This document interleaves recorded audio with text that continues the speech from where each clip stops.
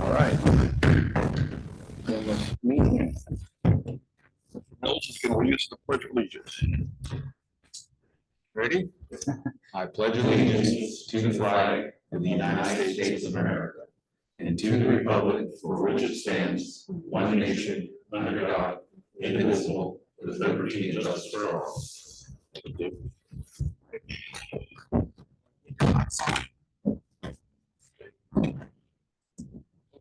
Let's take roll call.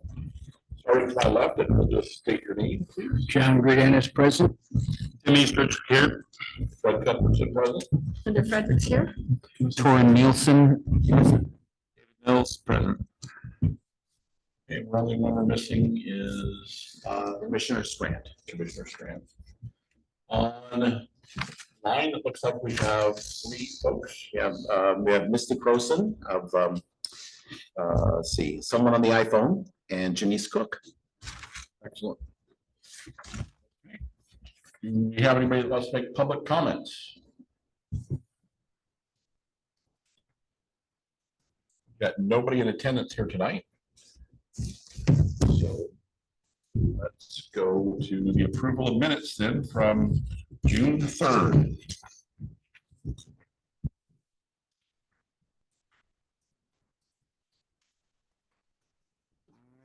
That we approve the minutes. My second. All right. All in favor of approving the minutes from January 3rd? Aye. Aye. Any disapprove? We have approved the minutes for June 3rd.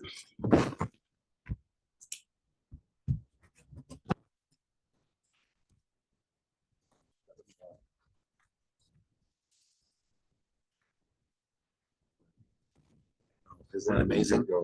7-1 new fiscal year. Unbelievable. Such fun. Unbelievable.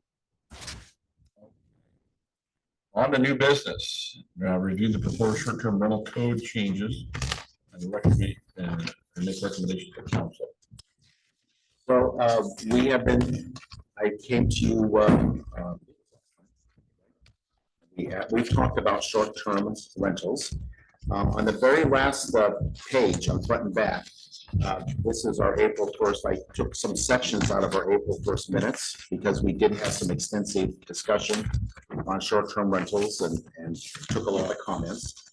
Went to council with it. We looked at several different, but the one that actually fits this town and what we're trying to do the best is what the state of Portland calls the accessory short-term rentals. Okay. And so some of that, they actually have broken it into 2 types. One is they call it type A, and the other one's a type B. And the type A's are essentially type 1 decisions, so they don't have to come to the planning commission or to council. But there are very specific guidelines to do it. The type B that Portland has is when you want to rent out, basically they do it by the number of rooms. You want a bunch of rooms and all sorts of things. Let's say Delane wanted to rent out the entire, turn the entire Wilhelm house into something. That would be equivalent of a type B, which then is a land use decision and has to come to planning commission for a type 3 decision. In other words, a quasi judicial process. What's interesting is in reviewing the information in Portland is that there's a lot of compliance with the type A and not so much with the type B because of the amount of time, effort, and everything else. And I think we've seen that ourselves when we have to go through many, many steps. It gets frustrating for folks. So this was an attempt to look at short-term rentals from the viewpoint of an accessory short-term rental. So what we're looking at, you can read it. I thought the very first chapter is this chapter provides standards for the establishment of accessory short-term rentals. The regulations are intended to allow for more efficient use of residential structures without detracting from neighborhood character and ensuring that the primary use remains residential. some situations, the operator can take advantage of the scale and architectural or historical significance of residence. The regulations also provide an alternative form of lodging for visitors who prefer a residential setting, which are all things that both yourselves and the council have mentioned, in our discussions. So what I did was model it after the type A. So the type A is where an individual or family resides in a dwelling unit and rents no more than 2 bedrooms to overnight guests for fewer than 30 consecutive days. If you go down to under 040 accessory short-term rentals use related regulations, an additional piece is that an accessory short-term rental must be accessory to residential use on a site. This means that a resident must occupy the dwelling for at least 270 days during each calendar year, unless allowed, there's a few exceptions. The bedrooms rented to overnight guests must be within the dwelling unit the resident occupies. But you'll see also that accessory dwelling units are allowed. And as we discussed, actually, I think it was brought up here, what if you wanted to live in the accessory dwelling unit and rent out a couple homes in your house? Yes, actually, it's allowed, which makes sense. It gives you a lot of flexibility to utilize your home and your property. But it sounds like what is not okay is for someone to just rent out their house as an Airbnb from a farm. Yeah, for less than, for short terms or 30, if it's more than 30 days, then that's different. That's a rental. Yeah. Yeah, under the definitions. That is now what a lot of folks in town do. Yeah. The other thing Portland does that this does not is allow multi-family dwelling units to be turned into it. And that certainly could be a recommendation. You could say, well, sure, if you have an apartment, it's not being filled, but in this town, we have a huge shortage of that. I would say there's And a so shortage, so that would take be it a good away. idea. So that is, I did not specifically, although the Portland code does.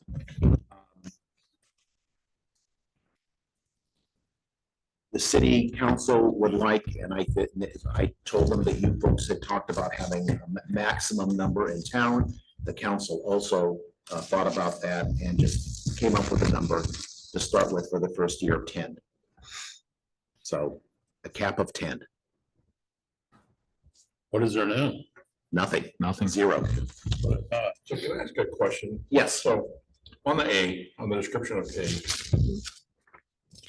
Hang on a second, let me go back to, so description, we're in section I'm sorry, description 20. A. So one of the things that we discussed is we don't really want boarding house situations. Right, Under this description, that's a boarding house. Potentially, because no more than 2 rooms. Overnight guests for fewer than 30 consecutive days. So what's to keep them from one night in one room? Right. so what would you recommend? I'm What language would you not recommend? sure I understand your Well, concern. The concern, I think, that is we don't want a boarding house situation. That's been the general consensus I've heard. Is that you don't want basically a house, there's a couple of examples in Junction City. And that's, they're. Maybe you can- maybe you pretty can def- crime ridden because you got somebody shows up in town, I'm gonna rent 1 room, 1 night, I'm out of here. 1 room, 1 night, next, you got heavy traffic, you got multiple cars, you got a 5-bedroom house, now you got 5 different guests, and you got a revolving door of who knows. But who's wait, coming. you just described 5 bedrooms and 5 guests, and that's not what this is. This just said 2 bedrooms. Well, term in which an individual or family resides in a dwelling unit and rents no more than 2 No bedrooms. more than overnight. 2. So they could have, They can have they just, could have two guests, and like, well, I get that, but but that's why I'm just trying to pin you down on exactly what you Yes, I what you think- define as a boarding house. I so think the understand. danger is that when it says for fewer than 30 consecutive days, they could have, But the use they could case for have- Airbnb is I they think a could night have or 29 2. nights, A night or 2. move out for a night and come back for another 29 nights, back for 1 night. I mean, I don't know that we can control that, but what I. Well, you could say, So you're talking, your definition then is somebody who is basically they're living there correct. as a but it not being like a regular rental. This would allow it. This would allow them to stay 29 nights, move out for a night, come back for 29 nights, move out for one night. Unless there's, you have to have And, a break. and there's no way we would be able to control that. There's no Yeah, way yeah, we'd I be able was to just- monitor it. Yeah, but I think I was just wanting to like be real clear about what you were disputing as the use case that was the problem. I didn't understand how one night is a problem. I may have read it wrong. Up on the screen, I shared this screen with everyone here so they could see it. This is what our current definitions are of a bed and breakfast facility here. Get rid of that there. Now, granted, these are not the best definitions in the world, but it's in our current code, and this would be something that would have to be looked at to change, but that's a good question. So but we define it, but in nowhere else in our code do these terms show up in any of the zoning or anything else, or in section 6, which is the use regulations. But these have been defined probably ages ago. But they have been defined, just not included.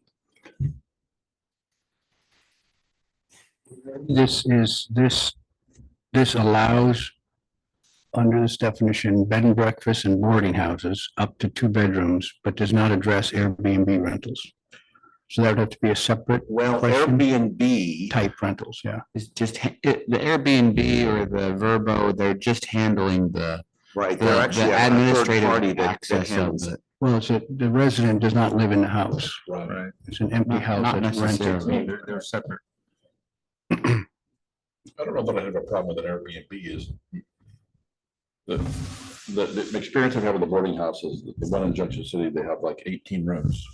They have 3 bathrooms and they're all, and it's a revolving door of police officers there, taking people to jail and, Yes, and so I don't want that to happen.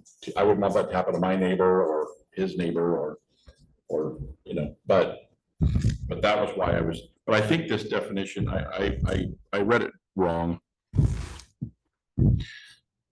Because you're right, it's no more than 2 bedrooms and they have to reside in the same house. So yeah. and it is an accessory, and that is an important distinction, and I like this for a couple of reasons. One, I think that fits Monroe, but it also does bring up the question, Airbnbs.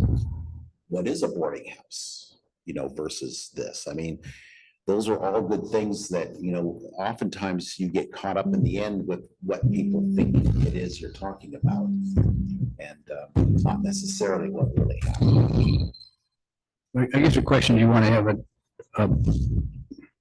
to have something that addresses rental of homes for a short-term rental of an entire home or apartment that doesn't have a resident in, or do you want to make a separate?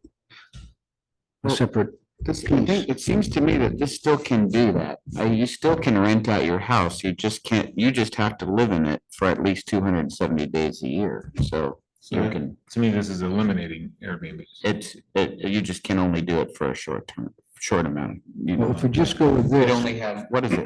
Well, that's like 90 days. So like Yeah. 3 months of renting. So And maybe it's 180 days and not 270.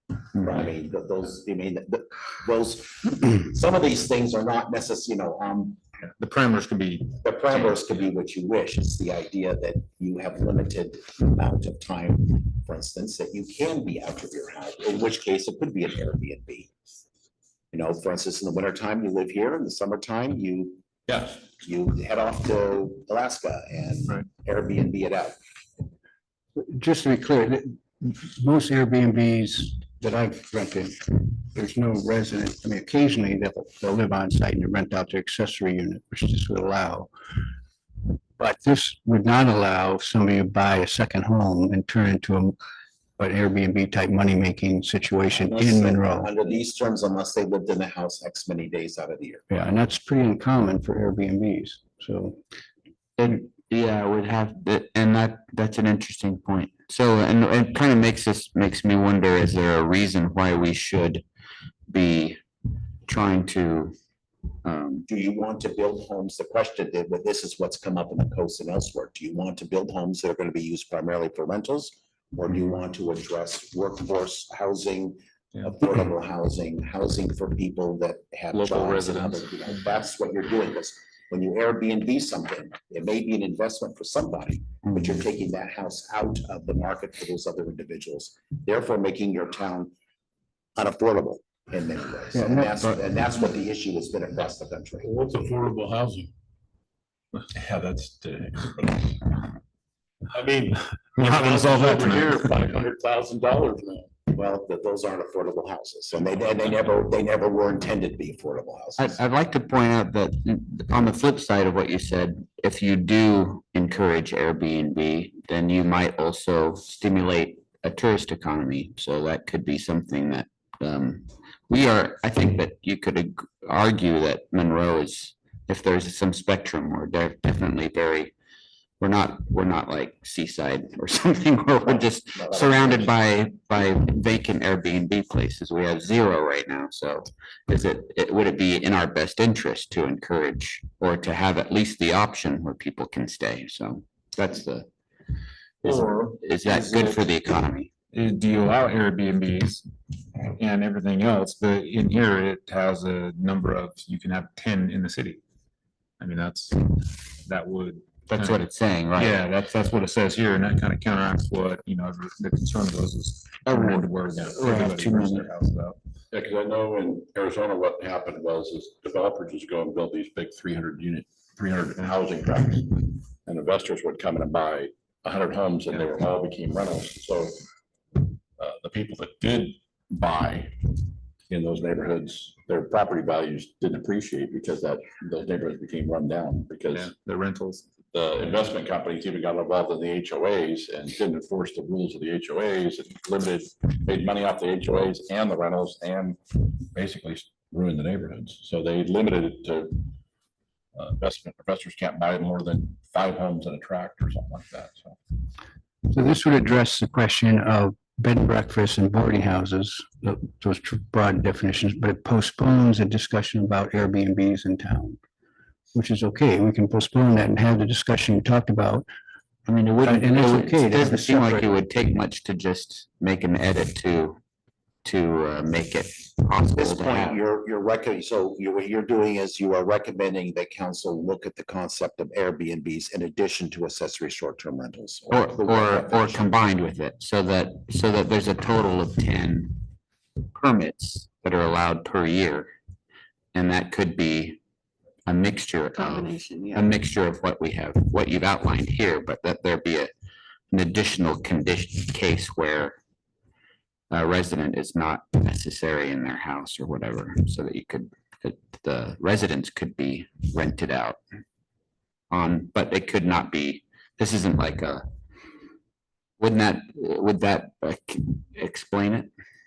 It would. I think you also have to look at other things too. Airbnbs can be rented out by people to take over an entire home with the owner not there.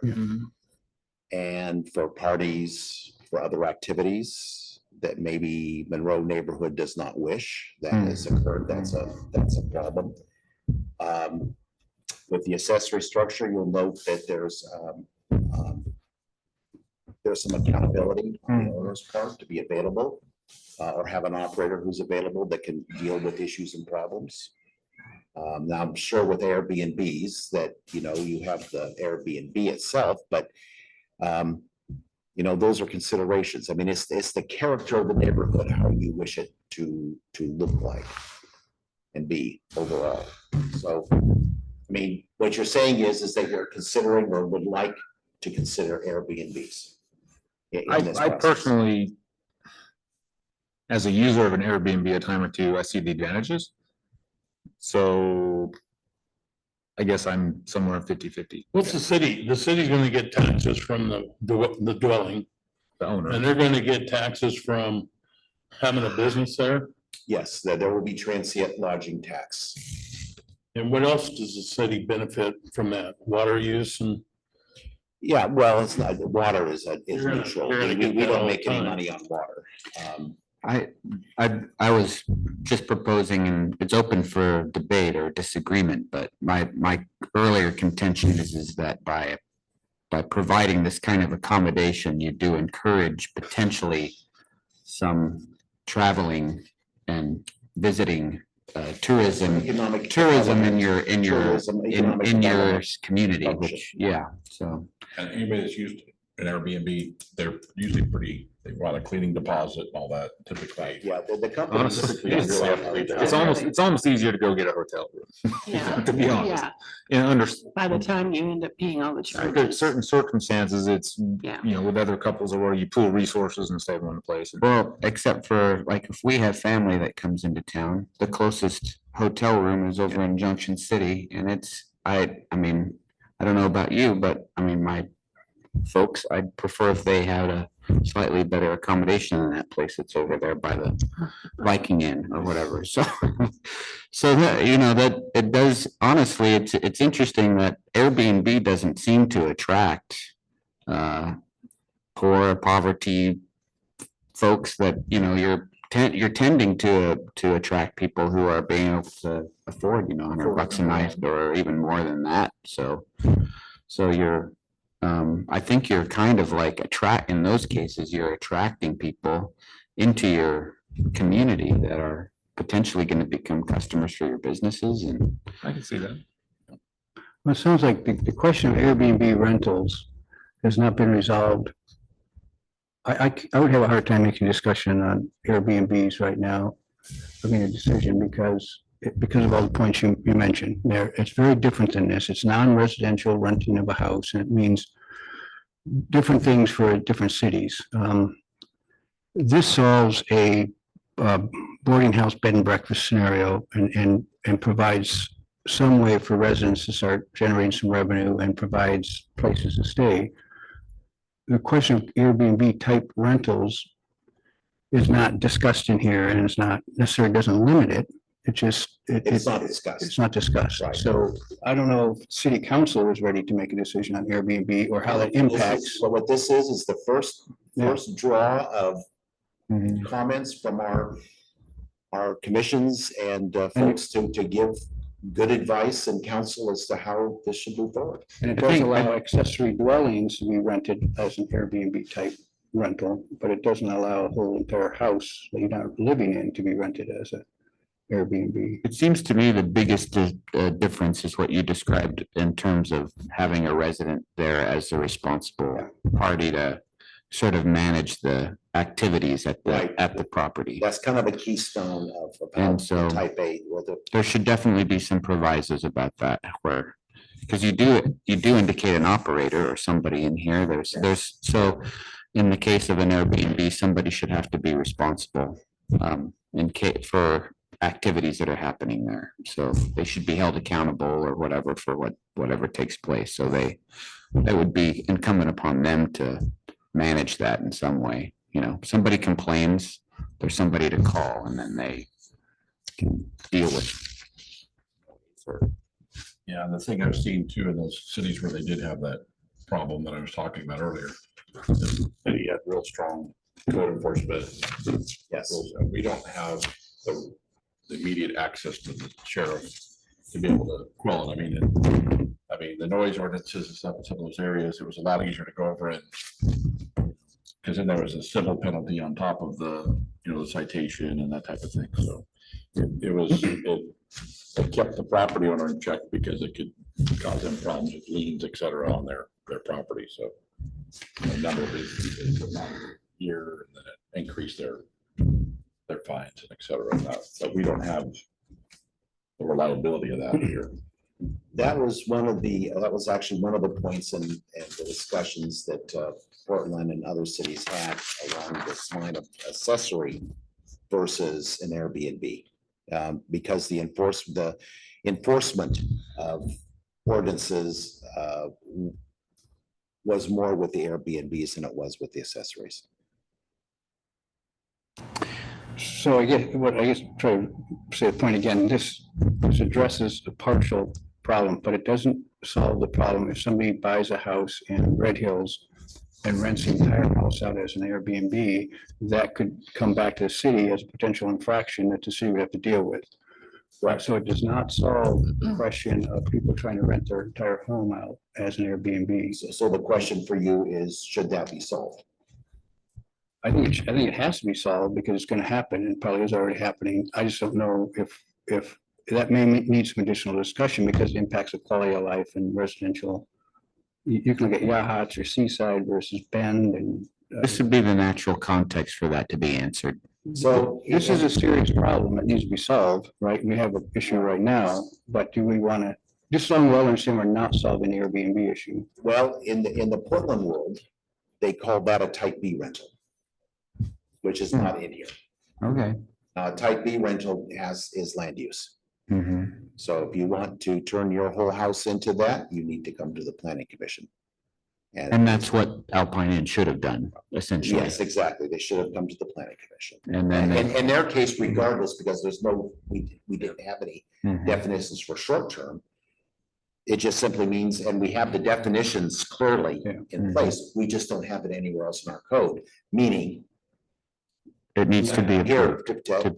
for this Right. group to look at the site plans, look at what's going on and decide if that is something that is in character with the neighborhood and should be allowed. But regardless, it needed to come to you for that level of decision. agree with that.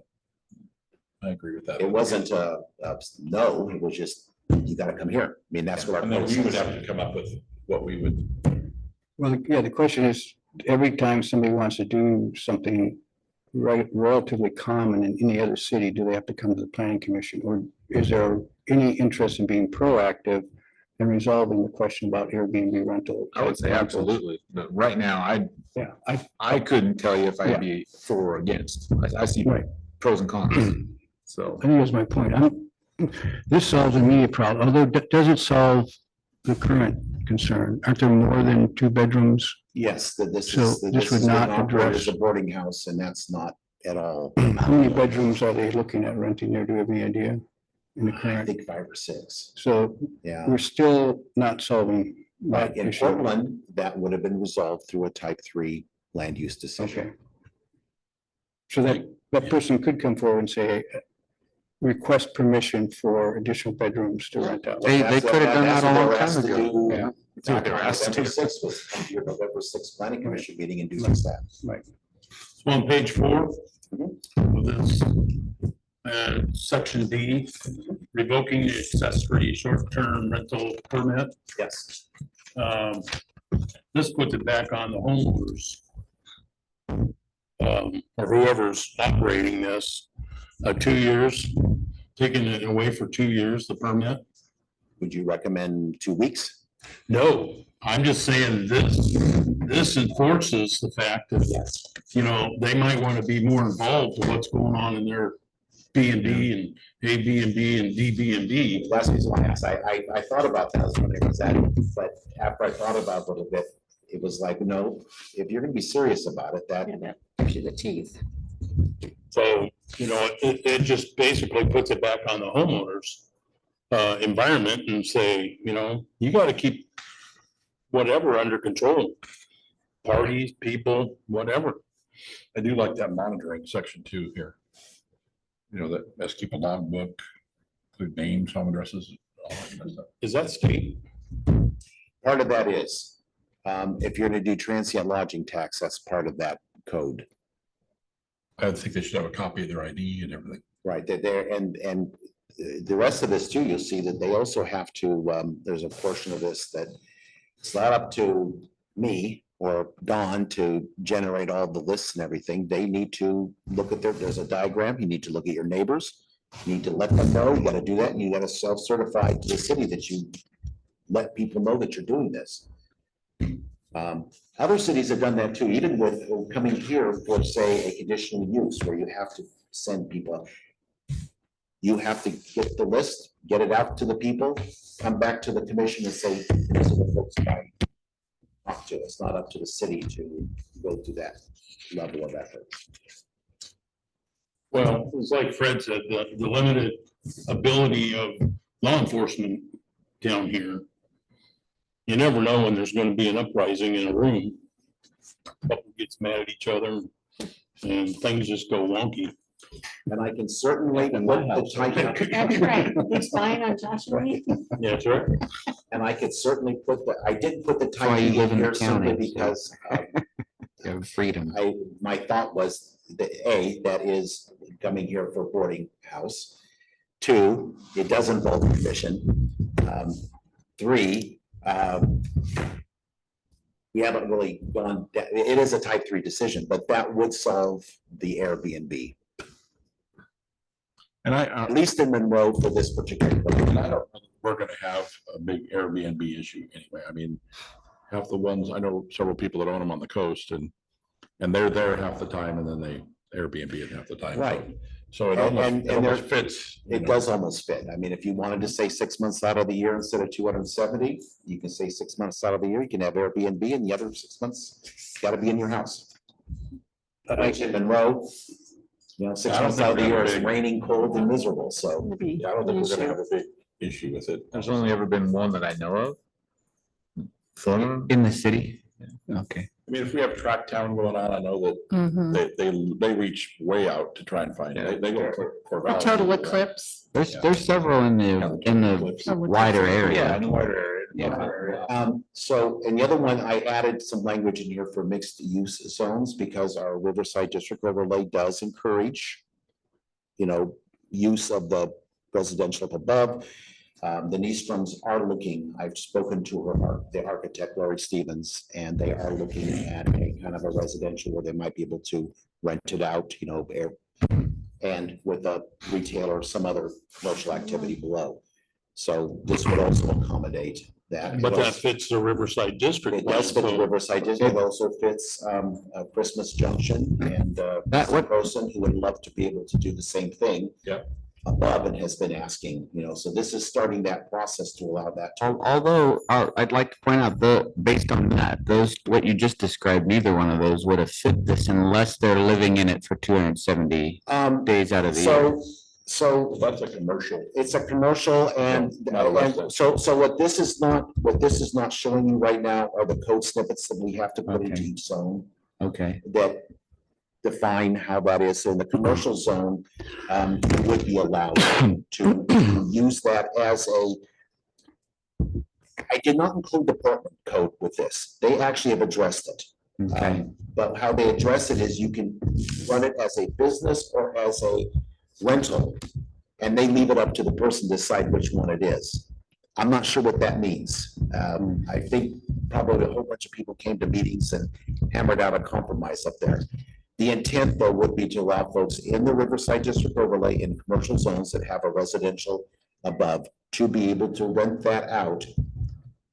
As opposed to, say, someone in a residential area, which would be an accessory use, whereas the owner has to be in that area. So there is a distinction between the two.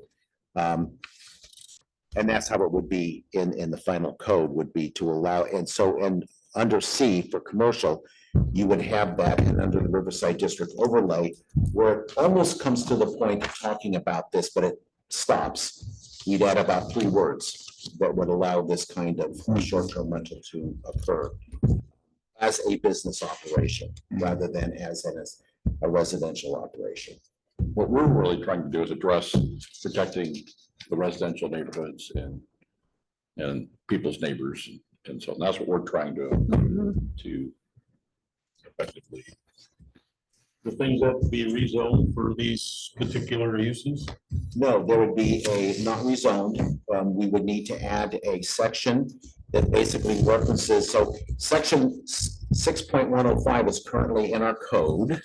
I'll show you if I get down there to the bottom somewhere. Well, he's looking at it. Do you think 10 or should we make it less than 10? We'll start out with 5. The number 10 was everyone just kind of looked at each other and said, I don't know, 10? So that's where 10 I came from. think I'd be pretty surprised, I mean, If you got near 10, I'd be very surprised. so I don't I don't think it's a necessarily problem. think that you're gonna feel overwhelmed with 10 and like, whoa, what did we do? You know, In our code, Article 6 is the use standards. And so some of these are going to have to be addressed, like accessory dwellings are currently, you know, family operated only, that would need, that would need to be owner occupied, shall be owner occupied, alternative may appoint a family member. We would have to adjust that to, this is the one area that would have to be modified to allow short-term rentals. And then what we're doing is actually going down here to 6105. Just so conveniently saved for future reference. So there you go. So this is where the 6105 on this comes. This is where this would be shoehorned into our, and then in our zones, you would just reference 6105 in the use standards, just as we have in other areas. Say you must, yes, you can have a daycare as long as it fits, or a manufactured home. You've got it references this chapter for manufactured homes, et cetera. So the use standards are where this fits, and then we would reference all the other little areas in the land use code to 6105. And this is what yes, you can do it. And these are the constraints that you have. These are the parameters by which you work with. Do we want to, I don't know that we want to even go into it, but do we want to look at adding any type of safety requirements or fire and safety requirements? Yes, and here. I want to be Has to- tentative. It already says it has to meet the permitting. So B4. You must verify each bedroom to be rented to overnight guests meets the building code requirements for a sleeping room at the time it was created or converted, has a smoke detector that is interconnected with a smoke detector in the adjacent hallway. Those are all wireless now, so that's not, you don't have to rewire your thing. Is located on the floor of a dwelling equipped with a functioning carbon monoxide alarm if it does. Now, I'm going to be meeting, I've got a meeting with the interim director for Benton County Community Development. That's Petra Sheets. You met her. She was heading up their building department, but now since Darren Nichols has been having an extended issues, she's now interim. She's bringing her chief building person down here. And we're gonna be talking about UGB. And we're also gonna be talking about this, because I need to find out how to get a building inspector down here. So if someone wants to do this, we would, basically, they would pay like a permit or a fee to have the building department come down Confirm here it. and make sure that the room is in fact meets the requirements, the window sizes and all that. And notes that there's a building of, this right smoke alarms and all I that. know stuff. what else might be useful actually within that context would, even if it never happens, would be to just in the permitting and in this later section, stipulate that any one of these that have a permit may be subject to a spot inspection or something like that. Yes, and that's interesting. There was language, and it may have been in the B Make them think section, about that. that when you agree to this, you agree to having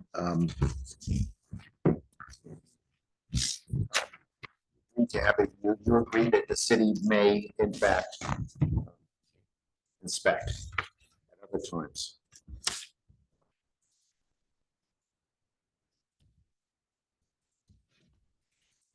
Right now, we're reviewing this in order to put recommendations to the city council. That is correct.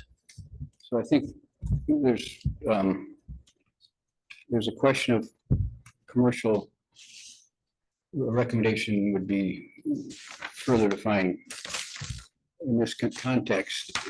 If you own the commercial business, you're allowed to put rentals above. Right, and that would be addition to the RDO Yeah. language. But correct? the question be, can you do that if you own the business? I guess, is that just like you have to be a resident of the house, you have to own the business, and then you're allowed to put those up there. I mean, you want to clarify. Basically, the owner of the business is the replacement of the resident, Because now essentially. you have a business owner who's also putting residential, you have the same concept of a monitor. Hmm. I don't know if that's what the city council wants to do or not, but it has to be addressed. Oh, that's a good point. Everything you're saying is going to be Yeah. run through and. So is what you're saying or recommending is if you own the business, That's, you have to own the business to be able to rent it, or you can't own the building, lease it out to a business owner and then also sublet. Yeah, I'm not recommending anything. I'm just saying that's unresolved. So the city council will have to deal with that question. It might, in keeping with what we were looking at, it would make sense to say you have to own the building and run a business there in order to do that, because now you have the idea of somebody living on site and monitoring it. But that's to be determined, but it should be written down so the city, so we don't have to deal with it later on. And actually, it'd be nice to know the number of rentals or bedrooms that current people are looking at. Are 2 bedrooms enough? Or are some people who are building a building looking at maybe 3 or 4 bedrooms above their Depends on the business? size of the building, right? And this would make them have to come back and, I think that's, you're, I think I think that's, the lines are being blurred between residential and commercial in that. I mean, commercial, I don't think you could be an investor and buy the building and put 2 apartments above 2 businesses and we should be allowing that. We shouldn't be saying you're required to live there for part of the time. well, I'm saying it's unresolved. So the council will have to kind of deal with that question. There's another aspect to it as well, too, in that all commercial, if this is allowed, I mean, there's another part of our commercial section that says, in essence, if you go to our, see if I can get up here quickly without overshooting it, which I always do. So many. Be so nice someday to have this all in one. I'm just thinking of, just one page. as soon as you make a rule in your house, your kids come up with an exception that you have to deal with. So so it's like, Here's the, to your So- point, the 2 buildings downtown that have business space below and residential space also. Whoever owns the building doesn't necessarily either have a business or did have a business versus who's running it, so. All right, so I have up on the screen, commercial zone C, permitted uses in a C1 zone, the following uses and their accessory uses. It's subject to the site review provisions of section 2.4. And the standards provision except as set forth in this code. So 2.4 is the fact they have to come here. but there's, so residential, except the Riverside District Master Plan allows residential. It does, but it also says you have to abide by the section 2.4. Okay, So even though it may be right, an additional round, you still, all commercial uses in our code, including the Riverside District overlay, require the planning commission to weigh in. okay.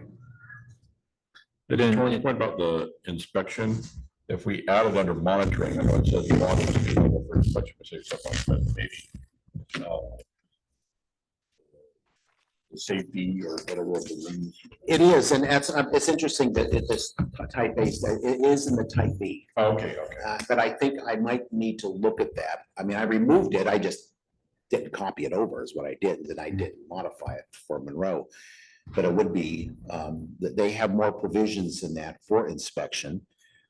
This is for your Airbnb type, larger whole house, type of things, but those are all, they would, in those instances in Portland, they treated identically to what you just read here for a commercial. It needs to come here for a site review and by the commission. The commission might decide that there may be some variances, conditional use, other things, limitations. You're looking at parking, congestion, noise, all that would be looked at. And then your final recommendation, your final stipulations as to how that would move forward would be saying, just like Red Hills, yes, you can build there, but these are the 34 other things you need to comply with. I'm not saying that that would be necessarily a thing, but this would be for larger rentals where maybe you have 5 rooms in a Red Right. Hills that wants to be rented out. So let's pick on Easterns for a minute. This place over here, they want to put in 1 shop or 2 retail shops. Let's just say they did, and then they want to put 2 apartments upstairs. That's kind of what Lori was telling me. So 2 apartments would generate 2 cars apiece per Mhm. apartment, plus you have all the employees that might work in those retail shops. Where's all this parking gonna be? Well, for those folks, their parking would be across the street because they own the parking lot just to the north or south of Umpqua Bank. Unless they decide to sell that, then what? Well, it would have to be a condition of approval.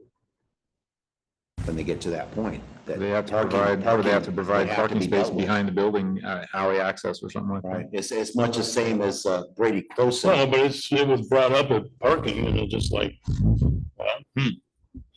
but I guess we are talking about. something different. They're not there yet. They still have to come to you for parking and all that, lighting, landscaping. They're already going to need a variance of landscaping because it's a very, very narrow lot and they're required in our commercial code for 10% coverage.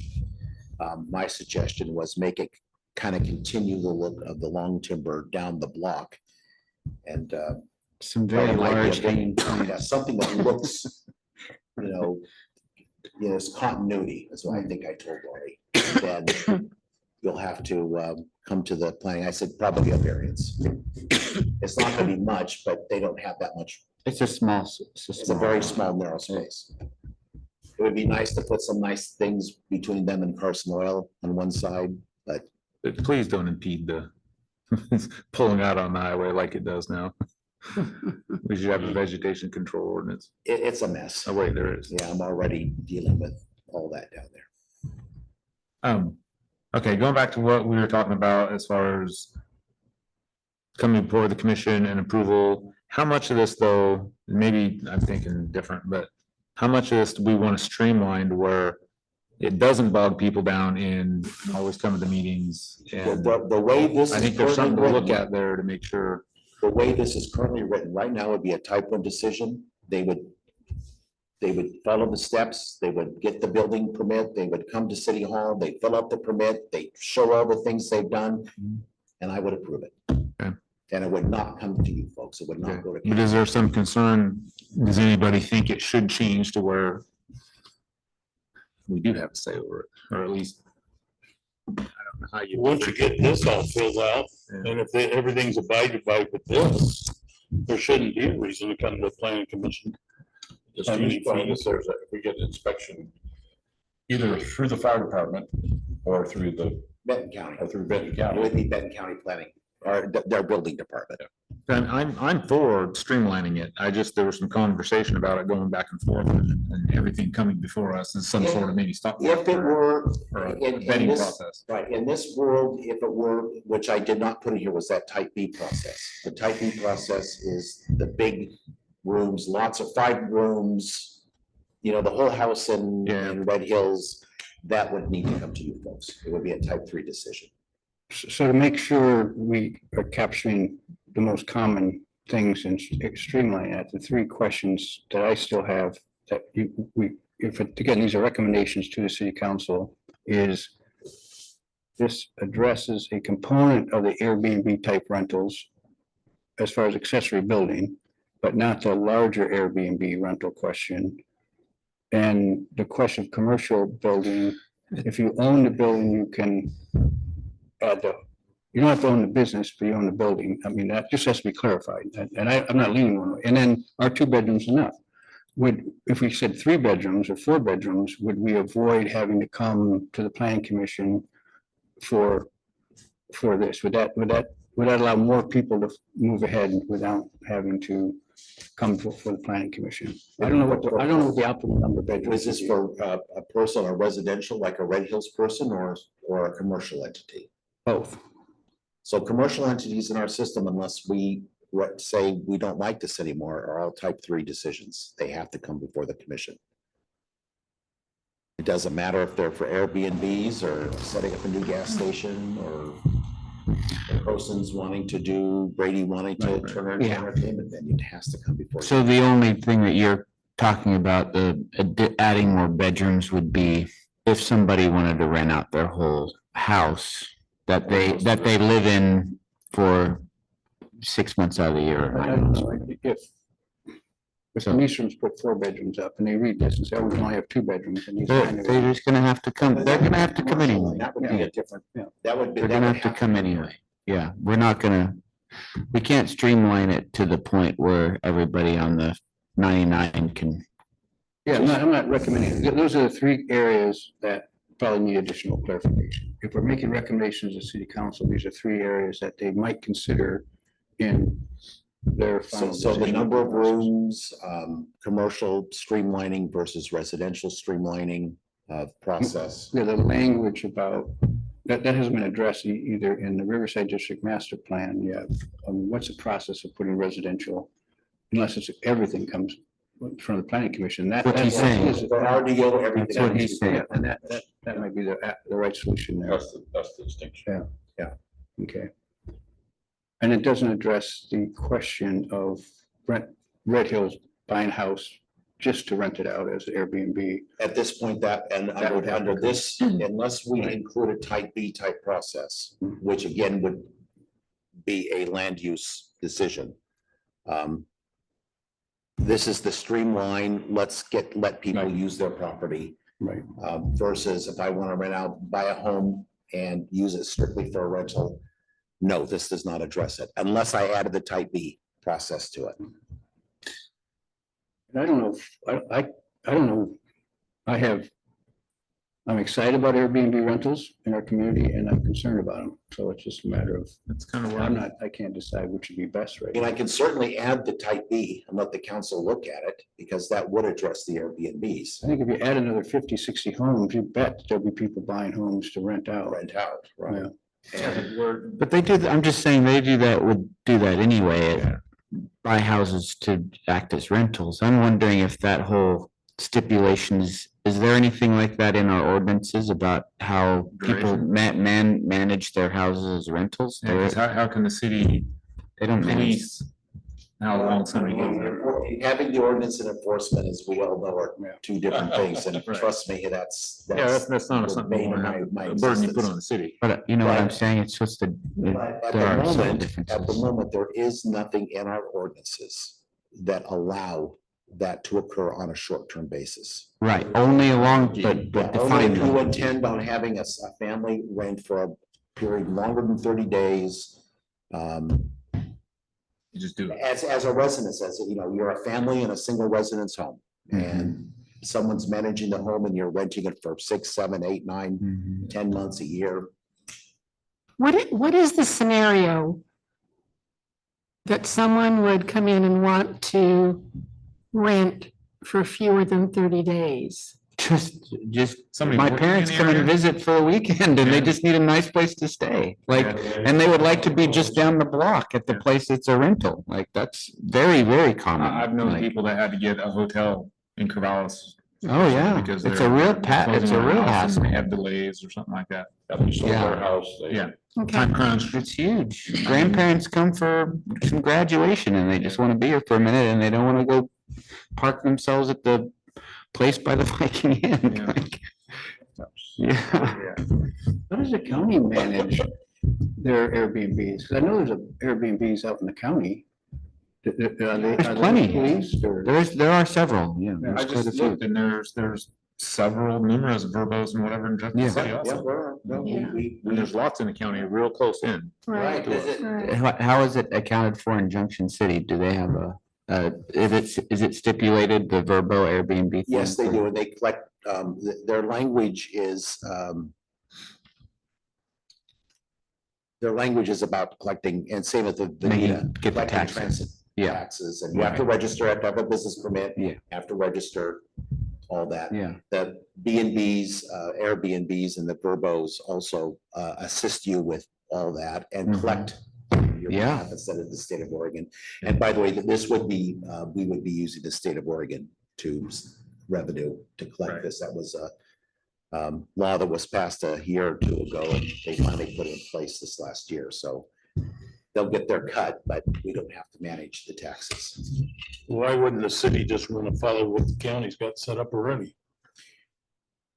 In terms of. I don't know if the county has anything regarding this. Well, you got all these, don't you have a bed and breakfast out in the county area? there's a lot of them, yeah. They're everywhere. Do they got permits and Yeah. stuff they have to follow? Yep. This There's a lot that fly under the radar. this addresses, again, this addresses bed and breakfast and boarding houses. It doesn't address the air. There are houses out where we live that the whole house gets rented out for a rental, short-term rental. in the county. And I know in Yahat's been, you own a house, you have to go to the city to get a permit to do a short-term Airbnb type rental and meet all the criteria. But if you go to Yahat's and you ask City Hall, I want to turn my house into Airbnb, they give you a whole sheet of things you have to do Right. in order to meet And that. is it a type 3 decision? Do they have to go No, before? they just, as long as they Or meet is the it a type criteria. 2 limited? It could be a limited land use. As long as you meet the criteria, and there's a limit of how many, right now, the limit of how many Airbnb rentals you can Right. have. So if they're filled up, you don't get it. So Right. you have to. go That's on a- basically, Would be the- that's the that was same the idea exact behind thing this that's as happening well. here. Yeah, and that's, so the question is, is it worth at some point doing that for Airbnbs where they come in, they come in, I want to buy this house and rent it out. You give them the form, they fill it out and you can decide if they, again, miss having to come to us for that process. It's something to think about. something- Well, Well, as certainly a recommendation. Mhm. I think that's an excellent recommendation to pass on to council. Yeah, I don't know how to, is there, should we, I feel pretty strongly that we should allow that kind of use, that we should encourage the Airbnb model that we've been talking about that's common in other cities and include it inside of this verbiage so that it is limited in the same way that these kinds of rentals are limited. Is there some formal way that I should express that, or is this So sufficient? you keep having these meetings about building Monroe. Well, this is part of building Monroe. And some books might be that it's a detraction to Monroe. Yeah, So, just- I mean, that's, You're gonna get that. you're gonna get anyway. both sides, and I'm Yeah. just pointing that out. on for We or wouldn't against, bring I'm up the just- library tonight, but No, You can bring it Are you gonna bring it up? No, I- Airbnb the library. Let's do that. it's just one of those things. You got people who are for and against, and then some that don't really care. Yep. And that's in any issue that I've ever dealt with. Well, what I think, these minutes will include all your comments. Oh, okay. And I will pass that on. Is What I that will what- do is I will do the detailed summary Hmm. of this, So- which I've done when we have needed to collect information to pass on for decision making. So is that what you're gonna do, is just summarize what we, Well, I didn't know if we needed to have like, Are we coming up with something more Detailed formal? summary By topic. okay. So to go back to Torrance, I guess I was wondering if it was useful for us to come to some sort of consensus. That's what I Yeah, thought. Sure, you Yeah. bet. You can. I you folks like can do the as you idea- I wish. like the idea of limiting it to 5. We could always change it to 10 later on, but. a total of 5, but getting, Total You 5. can start there and always build on that number. We're 723 residents. I mean, right. And 8,000 vehicles a day, right, through here? The ADT is 8,000, correct? So, we got quite a span of people coming through here. One of them might want to stop here, True. stay for the weekend. You never know. I don't necessarily have any 5, 10, it doesn't really matter to me. I'm leaning more of allowing, if you go back to the Airbnb topic, Verbo, whatever, I'm erring on the side of allowing it. My only concern would be, the biggest concern would be the amount of rental availability to local residents. Somebody that wants to live here, that's my reservation, kind of where I sit. Yeah, would you detract from that? by allowing- Yeah, I mean, But you're I know also housing, limiting rental the housing is number. kind of an issue around here. Yeah. But like I said, I think I'm leaning on the side of allowing. Well, that could switch with, you got 2 more subdivisions, one completed and the other one might go in. Yeah. That would help a little bit. so I guess there's two things have come up that I think we're discussing. Do we want to recommend to the city council? One was Torrance idea that this is great, but we should address the Airbnb question, Airbnb type rental question. And does a planning commission want to put forward the recommendation that the city council should separately or incorporate into the question of Airbnbs?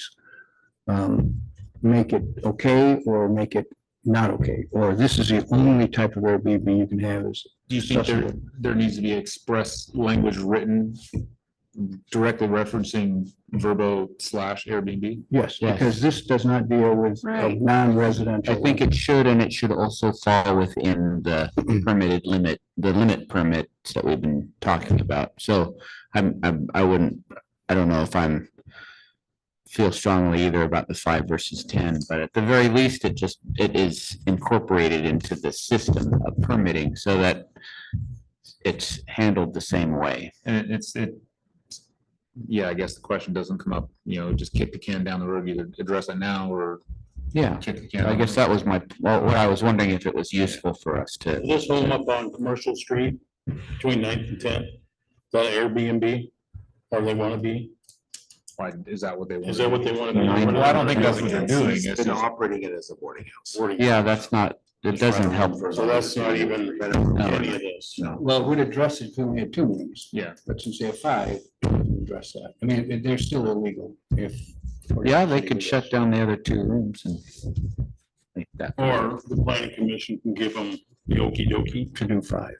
If they came here and talked to us. Yeah, that's the problem. So why not address the 2 different situations and get all 3 of these things done? Oh, I don't, yeah, So to address that situation, we'd have to say you could rent 5 rooms as long as you live on site, which seems like a lot, but, so it's just at number 2 or 5 or 2 or 4. We can make a recommendation to the city council, I would think about that number. Better than That's, 2. that's one kind of area, but back to the Airbnbs type rental, it seems like the recommendation should be that the city consider a policy around Airbnbs before it comes to the council, or before it comes to the planning commission. We should tackle it. It doesn't have to happen right now. This solves a major problem. And the council could take on the question of Airbnb rentals soon. But I'm sure it's gonna happen anyway. It's gonna be happening. If it's not already happening, it's gonna be happening, within the next year or so. yeah, I guess it's accounted for as them having to come to the planning commission to get approval. It's just, it seems to me that it's such a common use case in these other communities that we might as well incorporate it into this. Those other communities already have a process, a pretty outlined process that we don't have yet. Yeah, just outline it here. That's Yeah, what- we're Yeah, reducing outline. community frustration by somebody buying a house to do an Airbnb and then finding out they can't do it without coming to the planning commission. And that's okay if they want to, if that's what we want to do, or can we take a step forward where that's an option that and the city administrator hands them a list that they have to go through in order to. become That's an correct. Airbnb. Right, and then they're subject to fitting And inside there's of our. also such a limit. You only have 10 non-residential Airbnb rentals in the community. But I don't think that's our just task right now. You folks can make the recommendation. You can, move to, you can make several motions if you wish. It's about passing on your thoughts and your wisdom onto the council as to what you believe the city should be looking at. I like this definition under the A under definitions. I do like that. I like that. 70 to 180 if it's a standard situation. Sure, and I can, again, I did not add the type B, which does talk a lot about, addresses Mhm. all the things that you've been saying this does not address. The type Bs, but the type Bs are not a streamlined process. Now, maybe they could be a type 2 limited land use. But when you get the larger cities and people who have been doing this have done it for a reason. They really want to make sure that this fits the neighborhood and that everyone has things, in place and that, it is, and neighbors are all, formally notified, et cetera. I mean, they do it for a reason because this can be disruptive to a community. Now, in Commissioner Nielsen's case, of having your parents come and have a nice place, I don't think they're going to be party animals and tear up the town. Mhm. But, and we're certainly not Portland. Yeah. So, I think I'm gonna, I kind of like the one changing that to the half a year thing, the 180 days or something. I think that's a little bit more straightforward and it should be a little bit more obvious to somebody who might want to do do that kind of rental, but, Yeah, it's more flexible for them. I mean, it's a lot. yeah, but it'll, I think it helps protect. it says that they're still part of the community. Front contact, and that type of thing. Yeah, somebody's still gotta be kind of a neighbor, a part of the community and not just be sitting in the Bahamas somewhere. Western. Right. Well, you can sure tell when you have a hearing and it's real heavy on people's hearts about, I don't want this, or this is a great deal. Those chairs are gonna be full. And, adding something like a Airbnb or whatever, or a boarding house, that's a big deal. So they should probably come to the planning commission just to have the hearing. I agree with that. yeah, So I guess, Before we streamline it, I think we need to look at. what- Yeah, but would you guys, can we at least agree on it, just in that number, and then we'll just, I thought that was done. yeah, yeah, so, I agree with that. I agree. and then, yeah. Council. And then if the investor does want to buy up a block and do them all as Airbnbs, he's got to, gosh darn it, sit here and talk about it.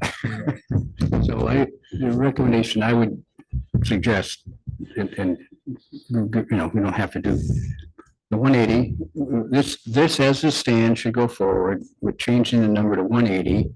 I'd also think the 2-bedroom is too small. I mean, I think you could say 3 or 4. If you look at what people are trying to do, we could raise that number of bedrooms somewhat. I mean, the How normal, do you prevent a boarding house, and if you say 4, and they rent out to 4 different individuals? it's a boarding house, it's 2 or 4.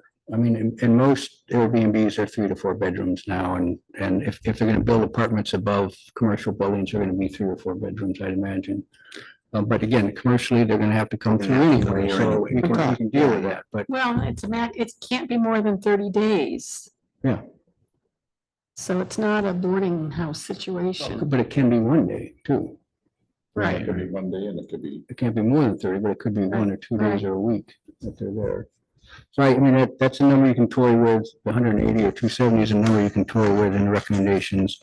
The other recommendation is to the city council is it still leaves the potential of Airbnb, full house, non-residential Airbnbs out there that is not fully addressed, other than having somebody come to the planning commission and ask us. And when they do that, it's already contentious, so it'd be nice to get ahead of It some. doesn't have to be. Well, not if you can solve the problem before they come here. I think it's more an edge case for those bigger houses personally, but maybe, I mean, I could see three bedrooms would make sense, but beyond that, I think you might as well. Again, their full house. Yeah, they just have to go ahead and still get it approved. It's a special use case. Doesn't mean they can't do it. They just has to have it Again, approved. the number of bedrooms is separate than the Airbnb question. All I'm saying is that as a recommendation to the council is this thing, we love it, we support it, tweaking a few numbers, just so you know, it doesn't solve the Airbnb question. And the council will have to deal with that at some time, or say, we're done, you come to us anytime you need to rent a whole house, buy a house to rent an Airbnb. That's right. Yeah. I think that's what makes sense. This last page talks about the revoking the accessory short-term rental permit. I'd almost like to see a first chance. You got maybe 30 days, 60 days. And if it happens again, then we'll go 2 years. Instead of just 2 years right off the get-go. A believer of them, but yet not punish them. I think that section probably needs to have some administrative guidelines attached to it. Yeah. It's a lot like what we do with the water or anything else. Just There's a because letter you that's didn't pay your sent, bill doesn't mean right. you immediately go to turn it off. You get what Don calls a love letter and tells you you got 10 days. And then even after that, you get 5 additional days. And then you get a notice, usually by Mark knocking on your door if he can. We have our own administrative process, even though the ordinance says we're going to shut your water off. We go through quite a process to make sure that everyone gets second You get the chances and point, though. opportunities to redeem yourself. Well, yeah, and if you look at the language, it says Right, the rental permit Can be, revoked. exactly. Doesn't mean it will be. Right. Yeah. can be, that's right. And we would have the same kind of administrative, Mhm. work. So you That's could just pretty one. easily just add a little snippet in there that says pursuant to following the remediation guidelines or whatever in other parts. I of the could, state. if that's what if they want to add that to the Yeah, ordinance. kind of like, And that way you can go snoop too, make sure things got done. Yeah, I think that there should be the provisions for making sure that there are inspections from time to time. mhm. So the planning commission needs an official snooper. Are you signing up for? No. That's I what. thought- I sent that to Mark. Oh, okay. I was on- Mark's the official Donna go snooper. with there. Oh, my goodness. We don't want She'll just. And just to beat Linda on this one, B8, I think I think it should be R, not A. There's Where are you, commercial John? meeting.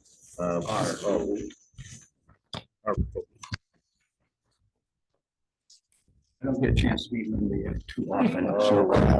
Commercial meetings are, Right here, under 8, where have you been? Look at that. Look like a Oh, new. my. Linda, we're gonna replace your Okay. position with AI. I think I need to be replaced. It could be like the ex parte thing, Yeah. just a new word. You've been downsized. Careful what you want. That's funny. Poor Linda. That's what happens to be the crowd. Yeah, well.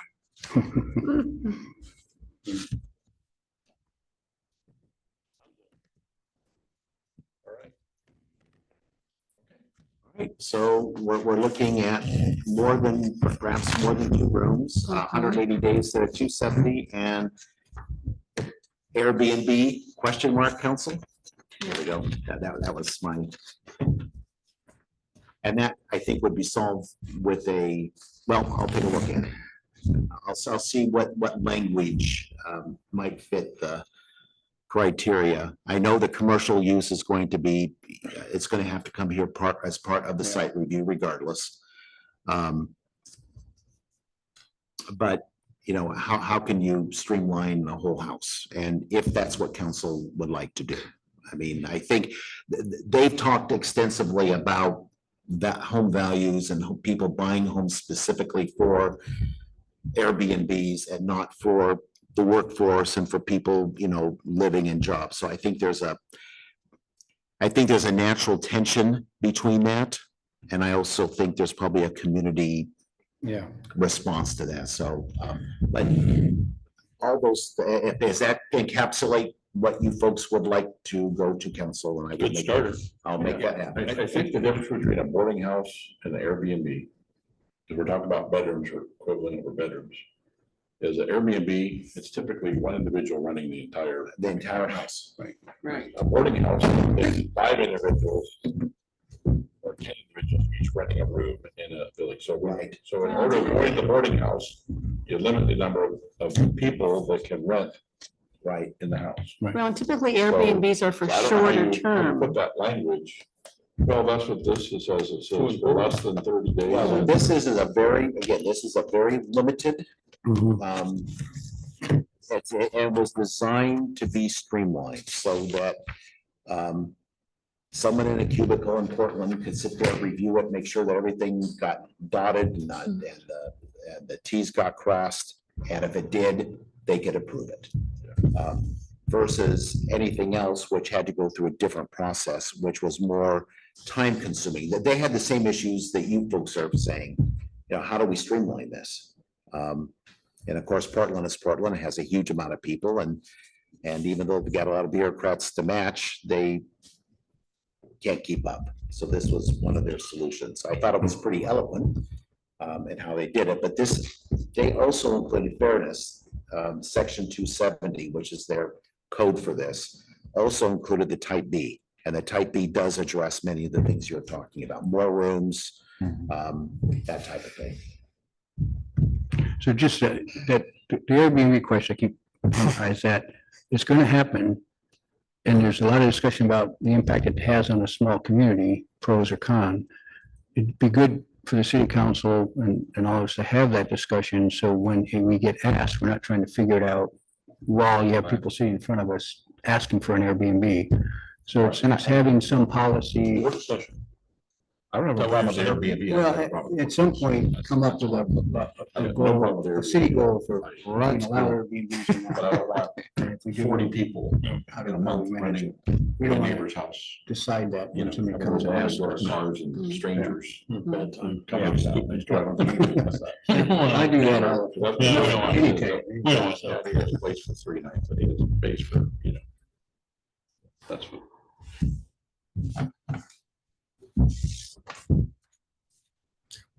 You need a motion on any of this or just? It's up to you folks. If you'd like to memorialize it, that's great.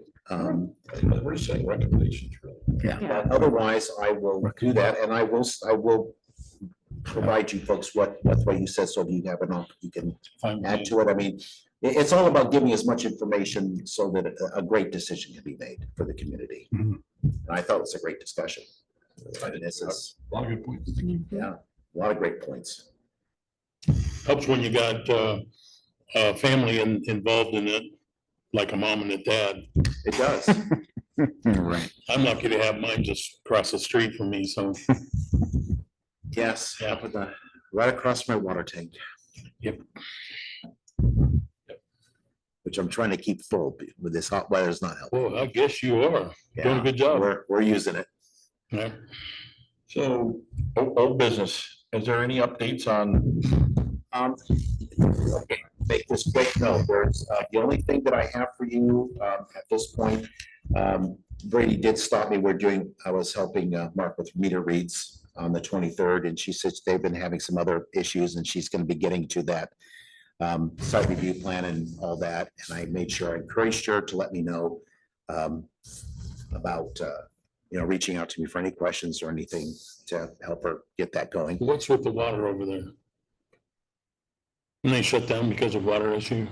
There was an issue with their Oh. floor, with something backing up and a pipe issue, that's what she was explaining Oh, to so it me. wasn't You're talking about city silos? water line. or Yeah, anything. silos. No, it was I was there the internal, other day, and and it was leaking all over their floors and everything, and they thought they had it fixed and they didn't, and it was a mess. Can I bring up something about that property?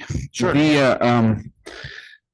I remember us briefly kind of talking about ODOT and lights and stuff about for pedestrians. We went walking over there just to go to the farmer's market on Thursday evening, and a lot more pedestrians and stuff over there. A lot of traffic and It's dark over there. a lot of traffic, and they were not wanting to stop and we stood there for a long time trying to get across the rush hour over there. And Talking to I ODOT kept right thinking, now that's the about- perfect place. I hate to say it, but that's a good place for it. Yeah, an accident. It's happened before. We're looking at that intersection to put a, One of the things with the, yeah, or a actual light that. A real light? stops, a real light that. oh my gosh. And That that- does that. I have support from, I do have some support from the folks in ODOT that actually recommend and put those things in. There are grants for that, and I'm working with them now to put something, and I said, it's not just, it's for many reasons. One, that is our central core. Yeah, Two, there is a huge amount of folks trying to cross that, families too, for that. Right. And if we want to have a river facing. and she's business, talking about what she wants to do there. It's gonna be a you're not lot. gonna get across the street. And No. you want people to come both ways. You want people to come across to Christmas Junction as much as you want people to go across, That's you right. know, and you're gonna have a lot of folks going back. and That's forth. right. Yeah, Plus her concept that she talked about wanting to have people from Long Timber or Long Branch, if they wanted to bring their food over there or order food to come over there and vice versa. That's gonna. I hate to say it. You don't do that. This is, I don't want to be paranoid or anything, but this is one of those things where just us bringing it up, and if like 2 weeks from now, a 4-year-old gets smashed by somebody, it's just, I mean, it might be like getting up into that urgent kind of level. Since last month, I'm in contact with ODOT and we're moving forward with Okay. some kind of light. Now, ODOT does not work Yeah, quickly. But I do know it does work. I'm working with them now on territorial. Okay. Reducing the speed limit. Did my wife tell you what they told her? I have, You would not believe it. yes, I What was did they listening. say? She came in today to sign a check. I was listening to that. So they gotta do a speed study because she's complaining about the speed right there, because there's literally people walking down our sidewalk with kids on bikes and stuff, and people are doing 70 and Right. stuff right in front of our houses at 35-mile-an-hour zone. So she called ODOT and says, hey, what can we do about getting the speed limit reduced here for this section, or putting back in the school zone sign, because they got rid of the school zone Right. signs. And they said, well, we could do a speed study. But if 85% of the traffic is going above the speed limit, we are required by law to raise your speed limit in front of your house. Whoa. Well. How that makes sense. wait. That's not right. The city is the only one that can actually change that speed limit inside city limits is I by think the he was city. thinking about territorial. Yeah, on territorial inside city limits, because that's inside your area up there, up to Harris, That's Dublin inside, is city limits. The only one that at this point under state law that can, other than the ODOT coming down and doing what you suggested, the city can reach out and do exactly the same thing as what I did for the 25-mile-an-hour speed limit on 99. And so I've done that, and there's several steps, and one of them I just got back today was from the sheriff, who fully supports, he and his deputies and his office fully support reducing the speed. There's several check boxes, but once it's done, it takes about 6 months. They will come down, do a speed study. They may disagree, as they did downtown, but they'll do it anyway, because they're mandated by state law. If the city says, and we have checked all of our boxes, they have to do it. And the rationale for doing away with the school zone speed? Because there was not a sidewalk on the other side, an approved sidewalk on the other side of the street for a crossing to be there, according to the ODOT engineering standards. So it had nothing, No I'm reason saying for the that, I'm students saying to that go. somewhat, I hope you understand, I'm not in agreement with that. Oh, yeah. There's families living across the street that they walk their 5 and 6-year-olds across the street and have to hug the Right. guardrail to the creek right there. So, No log trucks are as doing a separate SRT, a Safe Routes to School, I'm working with them now to get a sidewalk on the other side, plus crosswalks, and probably an RFFID, rapid flashing beacon thing, so that you can cross at that point, which will then automatically reduce the speed zone to 20. and it's really important to know that it's not because of the path that went in that took those signs away. It's because the road did not meet qualifications for, It had ODOT, so. and this is one of the things. Separate issues Right, completely. so Jenna Brennan, who, we had a nice presentation, actually. She included Monroe. I talked to her. She was giving a presentation to ODOT about paths and other alternative things. So I got pictures and told her what we did with the Red Hills. So in Red Hills, they had the loose gravel. And so one of the cool things you can do with around here is you have this, other areas of the country, you have to use granite or something else. And it's not necessarily easy to find, but here we have this basalt. You get what's called 1/4 minus. And if you lay that down, wet it, and then steamroll it, I promise you, I mean, you go out there right now, there's a loose thing, but it is hard as asphalt. I said, one, this will meet all your ADA requirements. 2, it is easy for a small town like Monroe to maintain.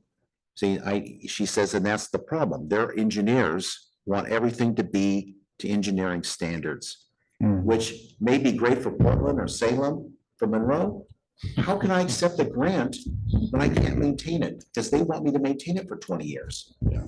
So these are alternatives they're really trying very hard to look at to see, but that's an SRTS north of town. We have one. I would like to extend the path out beyond Fir so that we can have some access from Oak down this direction. Several things, and they've been very, very supportive of Monroe getting those things as for that kind of transportation. But to the point, downtown is, Okay. that's dangerous. It's dangerous just trying to pull out to turn. Yeah, I actually come down this direction now. I get a little better visibility. Yeah, I try to go over to the library. Yeah. wow, having a light. Okay, so really nothing other. Other than that, I will be meeting again. Darren Nichols again has been out, and so he was my big supporter for my UGB. Petra's now more on board. So I'll be talking to her both about permits and building permits and like inspections and the things we're talking about tonight. And also I need, trying to get a good foothold to get started on the UGB. I have some other contacts with our regional solutions folks who believe they have some ways of helping us outside of having to hire a $1 zillion consultant. And Pat Weingart, of course, you know Pat, excellent. He's the Region 2 DLCD person. And he's also said, when you're ready, please reach out to me. So I'm working on that. Just there's a lot has to be done. And we also mentioned the comp plans and other things, even though you don't have to do the same things as you would to expand the UGB, the footnote in the DLCD is they want you to go through the same motions. So it's like, sure, you can do it, but you have to go to the same motions as though you were trying to expand your UGB outside of your comp plan. So trying to get all the different pieces together. Oregon has a very convoluted, as you all know. Yeah, I don't need to tell you. Steve, has there been a permit for the Kepinaknak? Is there a, what's Can you going? spell that? Sorry? Can you spell that? Yeah, What kind of permit? for like the kitchen or was there a building permit submitted That's for for the that? storage, it's for the food pantry. Sorry? For the food pantry? Yeah. that They want to replace that, Right, yeah. And I think we passed it. I don't know if there's, it had to go to the county or something. Well, it had to go to the county, but in terms of, I think the issue was, I think they wanted to demolish a Rebuild the building. building in the back. Right. But they just wanted to take the building down and put another building in place. And my last conversation, I believe, was that that wasn't an issue. But I haven't had any contact with the Benton County people on it. I mean, no one from Benton County has talked to me, let's put it that way. say again? No one from Benton County. They're the ones that would have to issue the permit. Right, so I think as planning commission, we looked at it, and as long as they're replacing a new building on the existing footprint. It's It's okay really, with it's it, yeah. really okay, because they're not permanently demolishing it. There would be no issues with the sewer. Right. The only issue there might be, and this would be in the building permit itself, and this is the same thing I talked to Benton County when the Niestrums started tearing down theirs. So I told the permit person that we needed an asbestos report, and they found asbestos, as a matter of fact, and we got a report. So those are the biggest things. It's not about, does the city grant a permit for it? Benton County would, and because it's replacing the exact same footprint.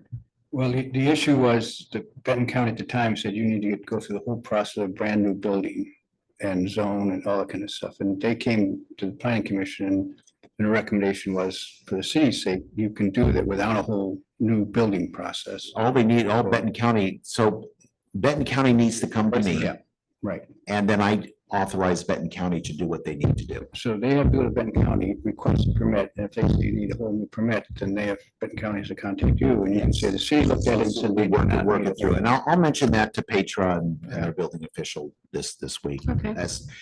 But part of the issue is that we don't, and this is one of the reasons for the meeting as well, is I want folks to come to the city hall I want folks to get the information, get the permits from the city, get something filled out so that we know that you're trying to get permits and what is necessary, a checklist of, as it were. So that if you do need to go to the county, there's not guesswork on the county's part, because right now they're guessing. And they, people go to the county all the time in the city and say, and the county's told me that I can do this. No, you can't. And so I need better coordination with them so that the county knows what our processes are in case they need a conditional or a variance or something of that nature. Then they need to start that process before Benton County can go ahead with permits. In this particular instance, there's nothing in our land use code that would require the commission or anyone else to, it's a permitted use. It's permitted. It's just that Benton County needs to know that. All right. I had one last thing. Sorry. Did you guys already talk about the Dan Basaraba property going up for sale and stuff? Is that something you It's guys? been up for sale ever since he bought it. Okay. Yeah, I didn't know He if, put a Facebook thing with that wonderful rendition of what it could all look like. yes, it did. It was, That brings up a question. What happened with the winery putting a storefront there? Bluebird, yeah. Yeah. I guess they backed out of that. They backed out of it. There was over the big freeze damaged it, because that's how I kept wondering why, because when I look at my water tank, I can tell when there's leaks or there's something unusual going on. So I told Mark, we need to start looking for this. Well, a few days later, they were doing the meter reads, and Don actually got out and said, Mark, Something's meter's spinning, yeah. going like this. And when Mark got out, he could hear the water inside. Was running for several days. Oh, 3 in the days. in the building. And it ruined the inside. Oh, wow. Wow. They Okay. had to have a restoration group come in and tear everything apart and, treat it for everything. That's But too bad. yeah, And then one other thing, just because we're all kind of dealing with the library, I read the the notice. Is there anything more that we should know about other than what's in the news release? About extending the library contract for 90 days and kind of the reasons why that Wait, I must have missed the boat. What's, Intergovernmental agency agreement. Yeah, there's an issue. with so city I'll council. go backwards in. and I'm not. That's fine. But just very quickly, the city council. The library, as you know, was built primarily with funds and grants and things, a lot of donations from outside the city.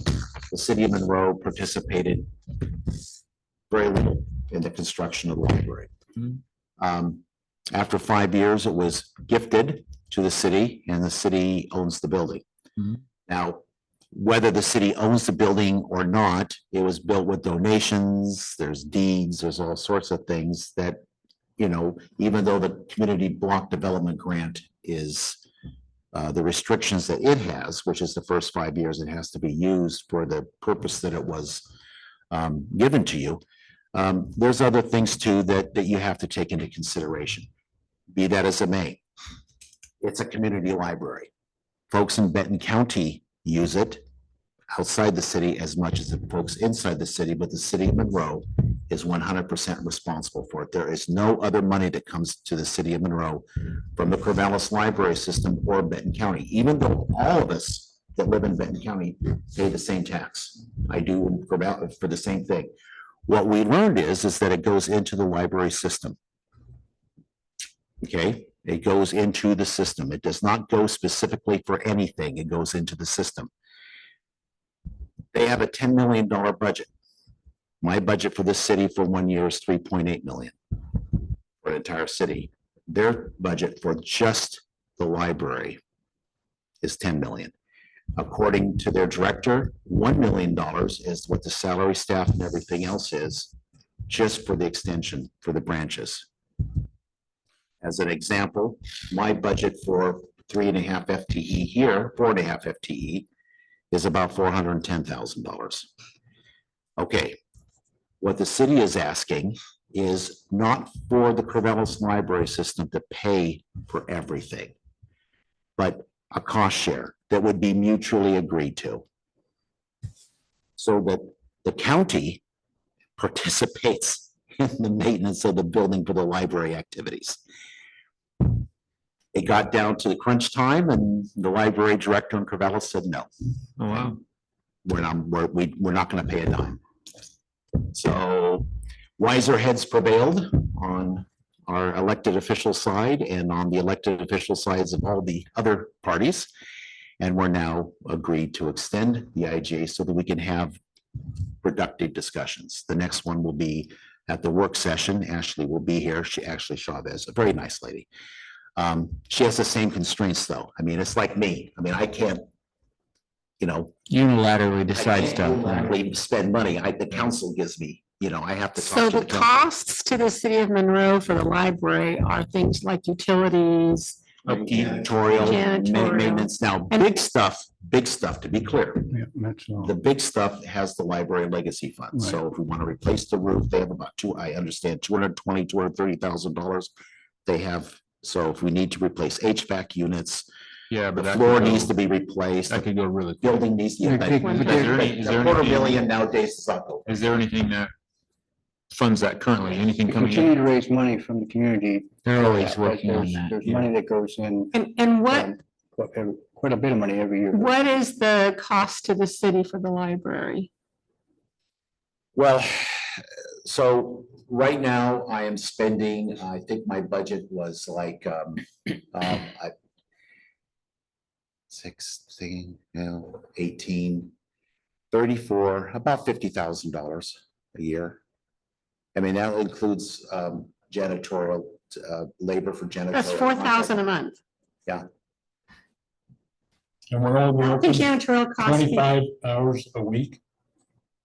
Is that what How it can is? that be 4,000 a month? Okay. That's what everyone asks. Well, why does that For cost? I don't- everything? So why does the Corvallis Public Library System cost $10 million a year? I don't have an answer for you. I do have an answer. We spend 3 to 4 hours a day doing stuff at the library on average, and it isn't just that. We have to do stuff outside the building. We have to pay electricity. All these things average out. There's other maintenance we have to do. We have to stock everything. There's irrigation systems. Yeah, it does cost money. And it costs a fair amount of money. And so, but here's the fundamental question. People ask me, well, it's only a few $1,000s. What's your problem? It's not equitable. Why should the city of Monroe have to pay for folks that aren't in the city? Why don't people in the county chip in? That's the underlying, that's the issue, Council. Because basically the city residents are being taxed twice. Yes. Because I gotta push back a little bit with that. I mean, the city's benefited from a $4 million building that kind of sets Absolutely. it off. There's a lot Totally of economic transformed the city development for what's the that. benefit? But, and I understand, What's the benefit? it's a draw to the city. It Is sets a the standard. city get more of a benefit than the people outside the city? It was, No. okay, but it was paid for by people outside the city. They for And, people in the city. and people outside the city are critical to the survival of Monroe and they have to be respected. And the Legacy Fund has raised a lot of money to maintain that. And I think the next 90 days offers us an opportunity the library is working countywide to redesign all their IGAs in order to bear more of the cost of these things. And we have to give them time to do that. I think there was a response to try to do that. But again, like you said, their hands are tied. Everything moves so slowly. that I'm hoping 90 days gives everybody a chance. Is there, to is document that, the is it cost. reflected in the, like, how, what, Philomath and the other I'll see. and the other communities, are they wanting to do something similar? Okay. And they're involved in that process. They're redoing all of their agreements. Well, across. and that is just in the last 48 hours, to be clear. I So- mean, when you're saying this, because it's a smiling job because Yeah. it's so interesting that everyone is so interconnected with information that is happening at high levels, but yet it bubbles down. I mean, there's a huge amount of people that know information that has just come out from individuals, so. In I your- smile. Correct information. Yeah. That's. Sometimes. If not it so were an much. equitable, what should the Corvallis library system be contributing? Well, and I think that is the question. And I think that's what we're here to negotiate and resolve. I think it got to a point where the Corvallis said, we're not going to. But then we're open to negotiation because a lot of people weighed in and said that we want to negotiate. And so at this point, that is the question. So the question is going to be, how much does it really cost to maintain a library of that caliber? Because right now, you asked me a question and my answer is we're not paying anywhere close to enough to maintain that library. And it isn't just the legacy fund. There's deep cleaning, there's windows, there's high work, things that city staff, we have no time to do that. It has to be contracted out. So how much does that cost? How much does it really cost? to You know, maintain it? that's- I had a person come in, a professional, a hard janitorial out of Albany. They've been in the business an extremely long time, and I asked them to come down and just take a look, take a tour with me on a Monday and tell an me what it estimate. takes. And they were very impressed with the building. They also told me this is something that you really have to pay attention to, and pointed out all sorts of things that I see it, but they're aware of it, and they know what it costs to take care of it. What they said was 4 hours a day. Now, if they said also a general cost for them is $50 an hour.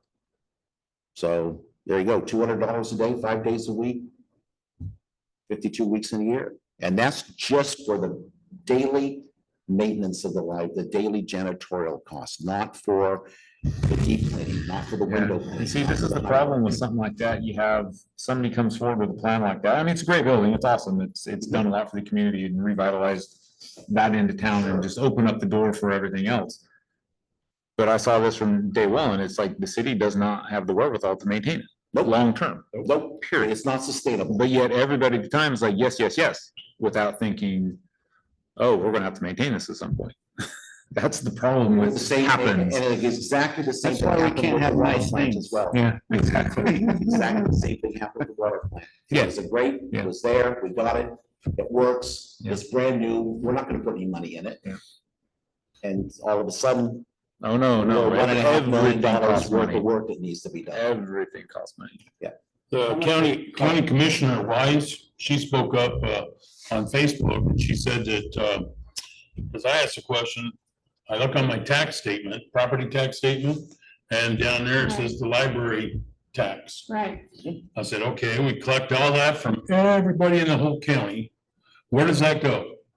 Well, the county collects it and hands it to Corvallis City, 3.1 million. City Council. And it goes into the system, and this is what Ashley says, it goes into the library system. So The ocean. The ocean, yes. Who operates that?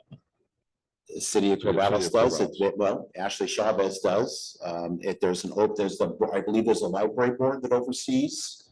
I hope so. Commissioner Weiss is part of that. So, Why didn't the Corvallis City Council. somebody from here needs to be on that board too?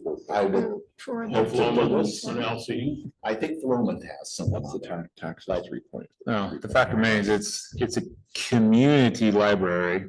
The city of Monroe is not large enough to maintain it on its own, so therefore, Total revenue. So the original IGA, and we've suggested some relatively minor, so there's some housekeeping that was done, 14 years ago. And things like addresses aren't the same anymore. Yeah. They, up at the very top, it lists the parties and it lists us as a political subdivision because of Oregon, which is what the county is, but someone just copy and pasted, we're a municipal corporation. There's small edits like that, but are significant. That needed to be changed throughout the document. But the big thing would be that we mutually agree to have a cost share. Now that could, and as we talked in some of these other meetings, that doesn't mean that someone pulls money out of their pocket. It could mean that we have agreements to fundraise. It means agreements to raise the taxes at to endeavor to raise the district tax to cover it. It might mean immediately that hours get cut. I don't know. They've already cut the one other paid person here already, so we're down to one person. But that wasn't, Can't cut it much more. can't cut it much more. They hired a branch supervisor. I don't know. I don't understand. a lot. One of the things that sounded useful was including it in the county janitorial contract or something that there could be. Well, and I think that as we move Cost forward, I savings think is that good. there's probably things like that. And I think one of the ideas might be the county actually takes that up. It Mhm. might mean that there's a reduction in funds somewhere. But it's like I explained to the mayor, what we do, like, for instance, you get down to the end of the budget and guess what? Our insurance costs didn't go up just 19.5%, they went up almost 23.5%. So where do I come up with that extra several $1,000s? Well, I look at my budget and I don't say, well, we're gonna cut city hall hours. What I say is, well, I don't, instead of $1,500 meeting expense, it's only gonna be 1,000. Sorry, guys. Sorry, Mr. Mayor, you're not gonna get to go off to too many conferences. But that's how I make those decisions, is I look at the things that have the least impact to the city and then reduce the money accordingly. And I know Corvallis can do exactly the same thing. We're not different in that. Did you respect. get a feeling that they were willing to? Oh, do- yes, absolutely. Yeah, no, hands down, Linda. Absolutely. They and Benton County. The reason why this happened is because the wiser heads of the county and the city and Monroe got together and said, before this gets to Find a this point, solution. let's find a solution. Yeah, I want to clear. I attended a board meeting a year ago and they were talking about how they had to rethink their relationship with the branch campuses because they weren't working. So the board was aware of that a year ago. They just worked really fast. So, so that- All right. that's been on the table. All right, well, And we all pay taxes to the sheriff, Yeah. and we all benefit from the sheriff.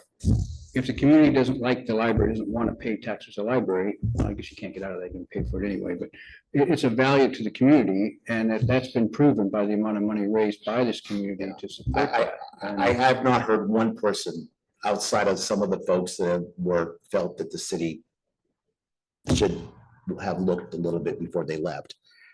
That would be Harry Myers, who was there at the time. Everyone recognizes that we heard. I mean, we had, every single one of those chairs was full Mhm. last week. And only 2 folks were actually from Monroe, but that's okay. The community spoke. They love their library. And And the community, the community is Monroe. I mean, if you don't want to create an isolation between the community. no, and the city. and I think it's the council stated, and I think they stated it accurately. They have their feelings and emotions, but they also have a fiduciary responsibility to the city that they were elected to. Right. Right, understand. And that is the, and that is the normal and natural tension that all of us have. We all are here and we all have our feelings and what we want. But then we also have a responsibility to the folks that we support and represent. And that's the natural tension in a democracy. Does the county or the library, Benton County Library, do they do anything to operate that? Is there any funds to Monroe? City of Monroe? They. Or what is the agreement for them to operate? There was something about welcome mats or something that they cleaned. I mean, the They city pay owns for the it. internet, they pay for their garbage, and they pay for the Aramat, that Yeah, thing, the Aramat So service they that comes don't, down and. they don't replaces pay it. the city rent for No. anything like No. that. Well, to me, that seems like a pretty One-sided. significant piece of negotiating. Yes, and that is exactly what precipitated this whole thing, and what you just said. Yeah, because as a city resident, I'm already paying the tax for the library, but I'm also paying again to maintain and clean and keep the library running as almost like a secondary tax. Right. And then having people outside the city tell me, How is that? "Hey, you should be I don't grateful that we gave understand you a that. Lamborghini, just because you can't afford to maintain the Lamborghini. That's not our fault, that's your fault. Now maintain the Lamborghini. That's- Wait, I kind of don't understand. You kind of glossed through that pretty quick and maybe I need to have it drawn out. How do you pay it twice? I don't understand how you're paying twice. Explain it to me.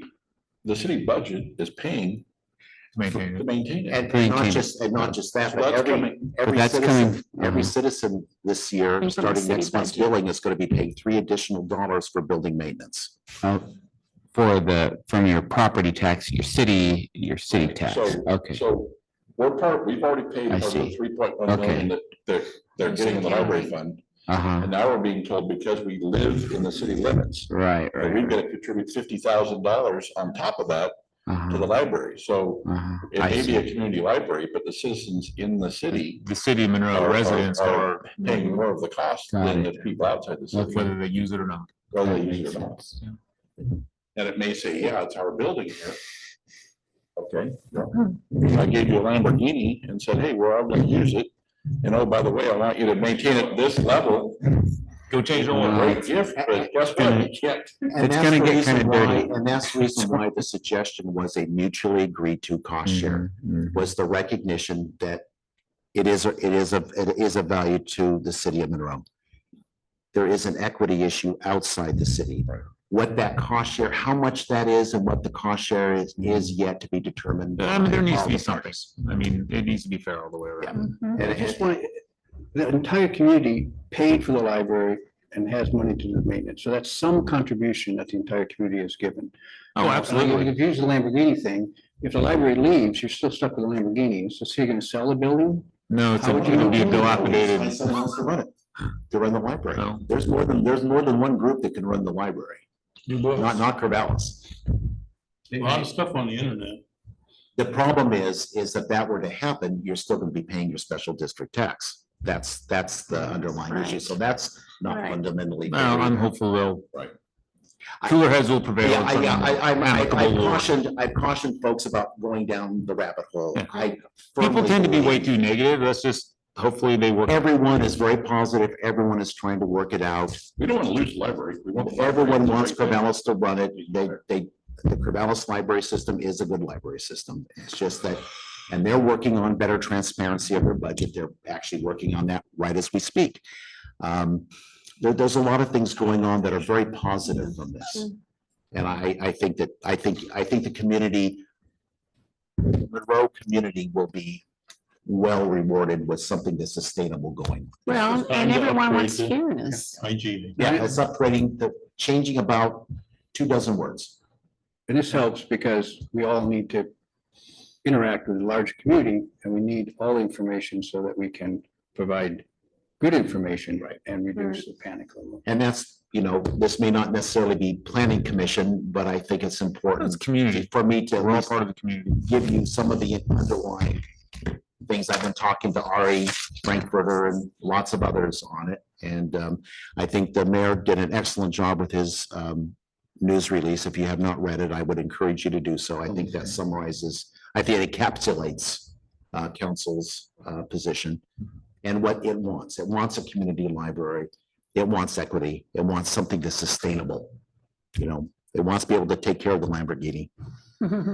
It might help to have a detailed budget of what, for the negotiation piece. Yeah, about what are the real costs. and It's line it being out, worked so- on, and I think that that's something that will have to be worked on and negotiated. Right.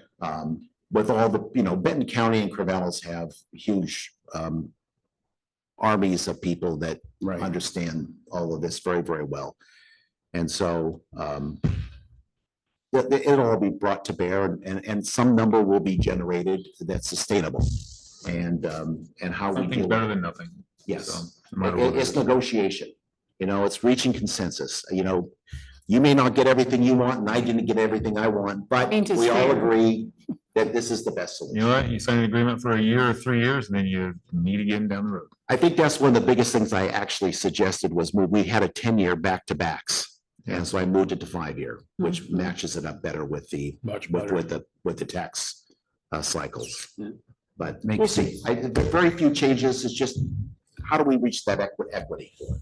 Well, it's a business. You gotta treat it like a business.